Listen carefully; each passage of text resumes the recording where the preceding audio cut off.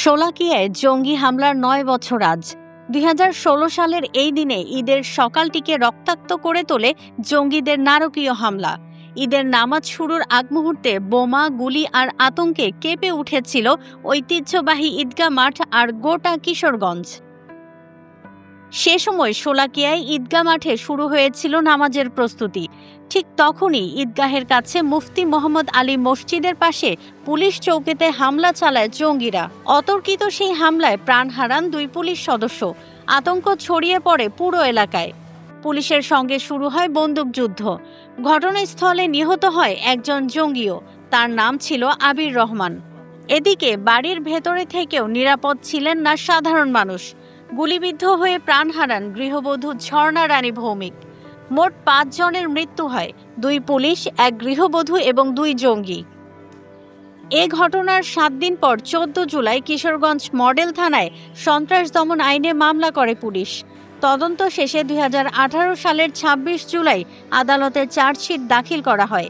চার্জশিটে ২৪ জনকে আসামি করা হলেও আইনশৃঙ্খলা বাহিনীর অভিযানে মারা যান ১৯ জন। বাকি ৫ জনের মধ্যে ৪ জন জামিনে, ১ জন রয়েছেন কারাগারে। বিচার এখনও চলছে ধীর গতিতে। তবে রাষ্ট্রপক্ষের আইনজীবীর দাবি, বেশিরভাগ সাক্ষীর জবানবন্দি শেষ হয়েছে, বাকি কাজও চলছে। আমরা জানি ২০১৬ সালের ৭ই জুলাই ঐতিহাসিক শোলাকিয়ার ঈদুল ফিতরের জামাত শুরুর পূর্ব মুহূর্তে জঙ্গিরা ওইখানে জামাতকে পণ্ড করার জন্য এবং তাদের অবস্থান জানান দেওয়ার জন্য জঙ্গি হামলা চালিয়েছিল। এই ৭ই জুলাইয়ের ঘটনার পরে সন্ত্রাস দমন আইনে কিশোরগঞ্জে মামলা হয় এবং এই মামলাটি দীর্ঘ পরিক্রমায় চার্জশিট হয়।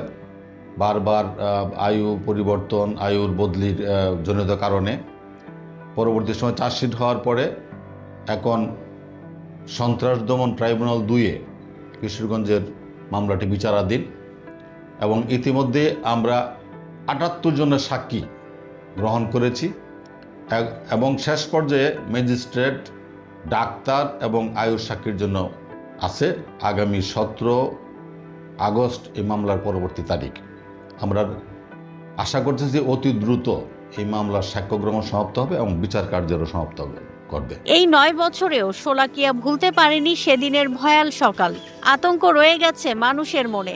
নিহতদের পরিবারে এখনো শোকের ছায়া, আর ন্যায় বিচারের অপেক্ষা এখনো শেষ হয়নি। ওয়ালটন এখন দেশের সীমানা পেরিয়ে পৌঁছে গিয়েছে ৫০টিরও বেশি দেশে। ওয়ালটন, ঘরে ঘরে, বিশ্বজুড়ে।